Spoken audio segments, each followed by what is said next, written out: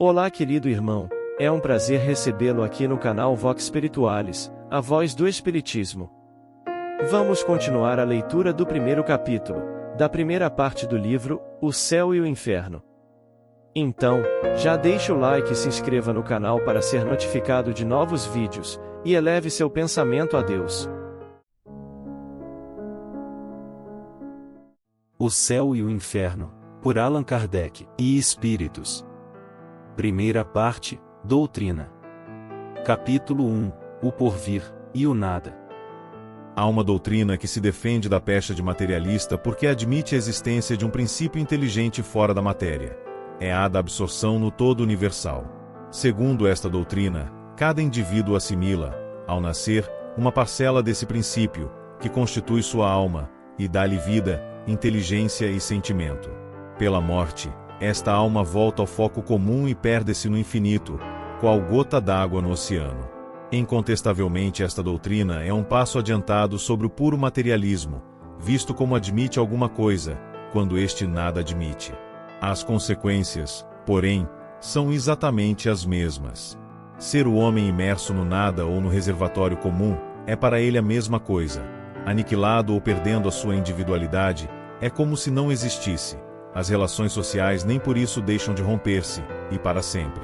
O que lhe é essencial é a conservação do seu eu. Sem este, que lhe importa ou não subsistir. O futuro afigura-se-lhe sempre nulo, e a vida presente é a única coisa que o interessa e preocupa. Sob o ponto de vista das consequências morais, esta doutrina é, pois, tão insensata, tão desesperadora, tão subversiva como o materialismo propriamente dito.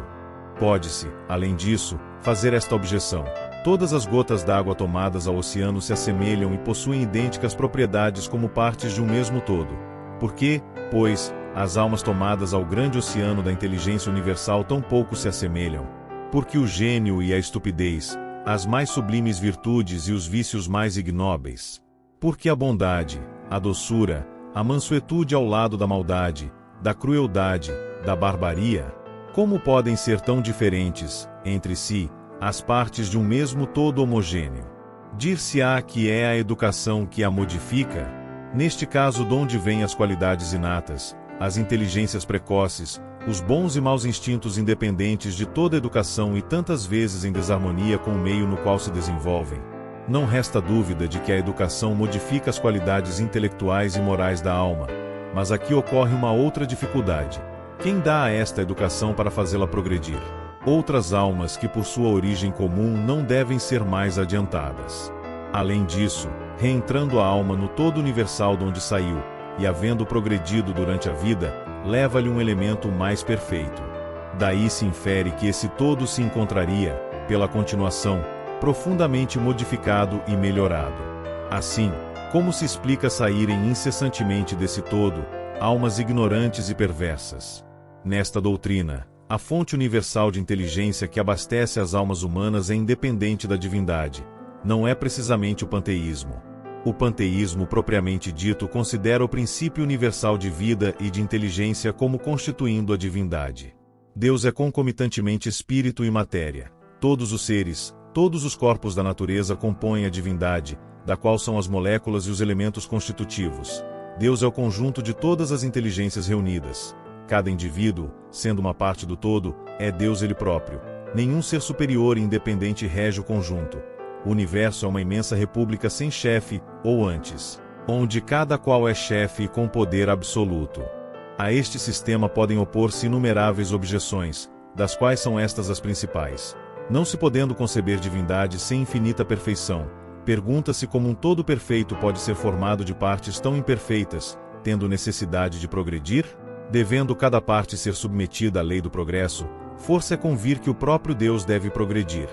E se ele progride constantemente, deveria ter sido, na origem dos tempos, muito imperfeito.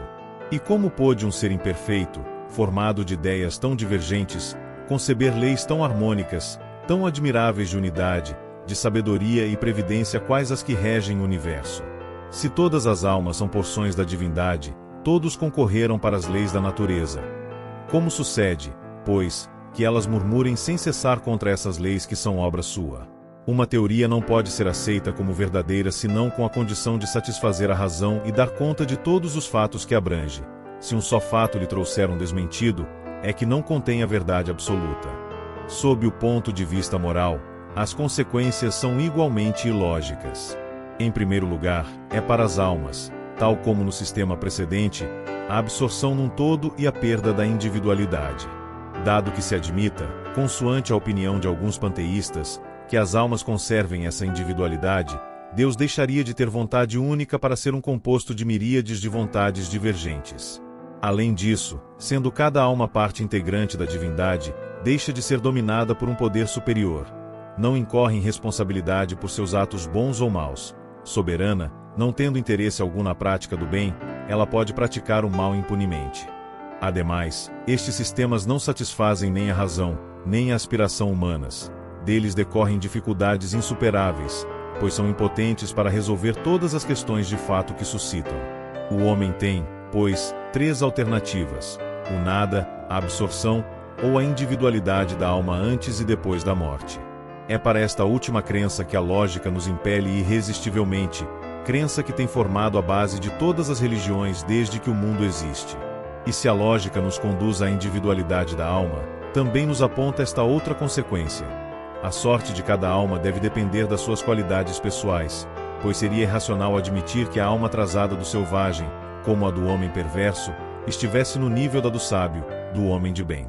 Segundo os princípios de justiça, as almas devem ter a responsabilidade dos seus atos, mas para haver essa responsabilidade, preciso é que elas sejam livres na escolha do bem e do mal. Sem o livre-arbítrio, a fatalidade, e com a fatalidade não coexistiria a responsabilidade. Todas as religiões admitiram igualmente o princípio da felicidade ou infelicidade da alma após a morte, ou, por outra, as penas e gozos futuros, que se resumem na doutrina do céu e do inferno encontrada em toda parte. No que elas diferem essencialmente, é quanto à natureza dessas penas e gozos, principalmente sobre as condições determinantes de umas e de outras. Daí os pontos de fé contraditórios dando origem a cultos diferentes, e os deveres impostos por estes, consecutivamente, para honrar a Deus e alcançar por esse meio o céu, evitando o inferno. Todas as religiões houveram de ser em sua origem relativas ao grau de adiantamento moral e intelectual dos homens. Estes, assaz materializados para compreenderem o mérito das coisas puramente espirituais, fizeram consistir a maior parte dos deveres religiosos no cumprimento de fórmulas exteriores. Por muito tempo essas fórmulas lhe satisfizeram a razão. Porém, mais tarde, porque se fizesse a luz em seu espírito, sentindo o vácuo dessas fórmulas, uma vez que a religião não o preenchia, abandonaram-na e tornaram-se filósofos. Se a religião, apropriada em começo aos conhecimentos limitados do homem, tivesse acompanhado sempre o movimento progressivo do espírito humano, não haveria incrédulos, porque está na própria natureza do homem a necessidade de crer, e ele crerá desde que se lhe dê o pábulo espiritual de harmonia com as suas necessidades intelectuais. O homem quer saber de onde veio e para onde vai, mostrando-se-lhe um fim que não corresponde às suas aspirações nem à ideia que ele faz de Deus, tampouco aos dados positivos que lhe fornece a ciência, impondo-se-lhe, ademais, para atingir o seu desiderato, condições cuja utilidade sua razão contesta, ele tudo rejeita. O materialismo e o panteísmo parecem-lhe mais racionais, porque com eles ao menos se raciocina e se discute, falsamente embora. E há razão, porque antes raciocinar em falso do que não raciocinar absolutamente. Apresente-se-lhe, porém, um futuro condicionalmente lógico, digno em tudo da grandeza, da justiça e da infinita bondade de Deus, e ele repudiará o materialismo e o panteísmo, cujo vácuo sente em seu foro íntimo, e que aceitará a falta de melhor crença. O espiritismo da coisa melhor, eis porque é acolhido pressurosamente por todos os atormentados da dúvida, os que não encontram nem nas crenças nem nas filosofias vulgares o que procuram. O espiritismo tem por si a lógica do raciocínio e a sanção dos fatos, e é por isso que inutilmente o tem combatido. Instintivamente tem o homem a crença no futuro, mas não possuindo até agora nenhuma base certa para defini-lo, a sua imaginação fantasiou sistemas que originaram a diversidade de crenças. A doutrina espírita sobre o futuro, não sendo uma obra de imaginação, mais ou menos arquitetada engenhosamente, porém o resultado da observação de fatos materiais que se desdobram hoje à nossa vista, congraçará, como já está acontecendo, as opiniões divergentes ou flutuantes, e trará gradualmente, pela força das coisas, a unidade de crença sobre esse ponto, não já baseada em simples hipótese, mas na certeza. A unificação feita relativamente à sorte futura das almas será o primeiro ponto de contato dos diversos cultos, um passo imenso para a tolerância religiosa em primeiro lugar, e mais tarde, para a completa fusão. Encerramos aqui o capítulo. O que achou da passagem? Deixe uma mensagem nos comentários e compartilhe com as pessoas que você gosta. Não esqueça de deixar o like e se inscrever para ser notificado dos próximos capítulos. Que Deus abençoe você e a toda a sua família. Até o próximo vídeo.